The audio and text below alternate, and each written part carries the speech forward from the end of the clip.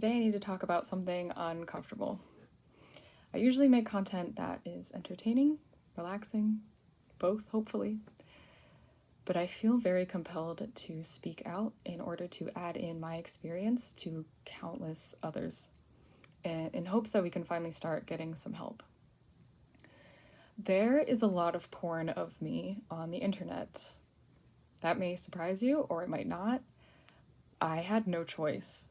My face has been digitally plastered countless times over other people's naked bodies to create sex content that I never consented to.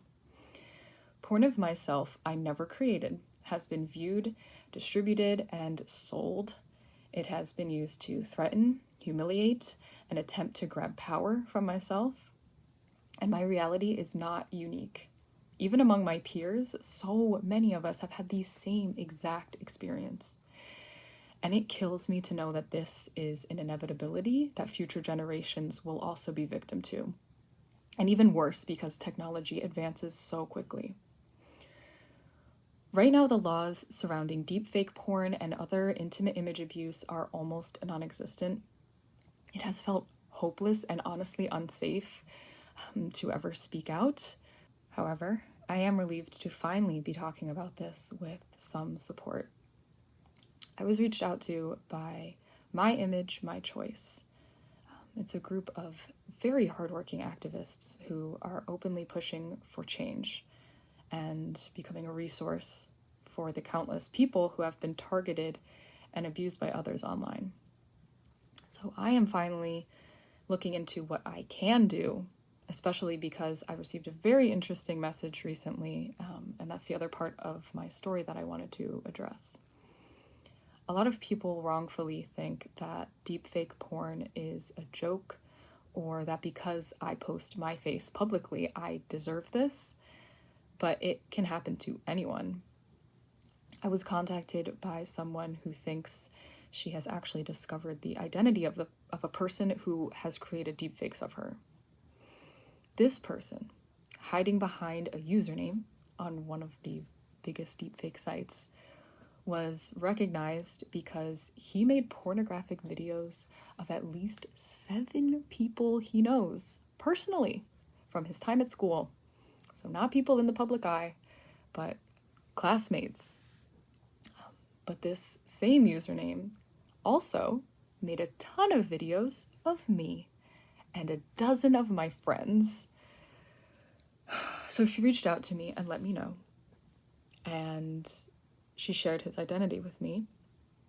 I now know his name, where he lives, and where he works.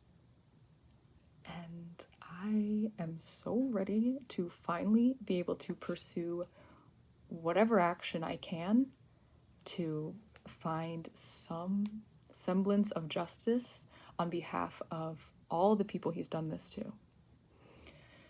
Unfortunately, he's obviously just one of many, many offenders who have exploited others in this way. But to me, it does feel like a huge step closer in finally fighting back, because I don't care if it's just one. I want to let him know that I know. This affects people's lives. It's fully ingrained in mine. It dictates how I act, where I feel safe, and is something that I'm forced to come to terms with in order to just continue existing. If that resonates with you, I really, really would like to hear from you. I do think it's time for the conversation. Today you can go to myimagemychoice.org and learn more. Help us let lawmakers know that it's time to address this. Sign the petition to get one of the biggest deepfake sites shut down.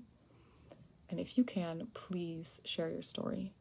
I know for a fact that so many others are suffering in silence.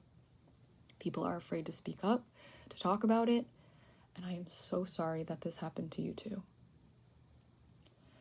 I hope that I can encourage you that you are not alone.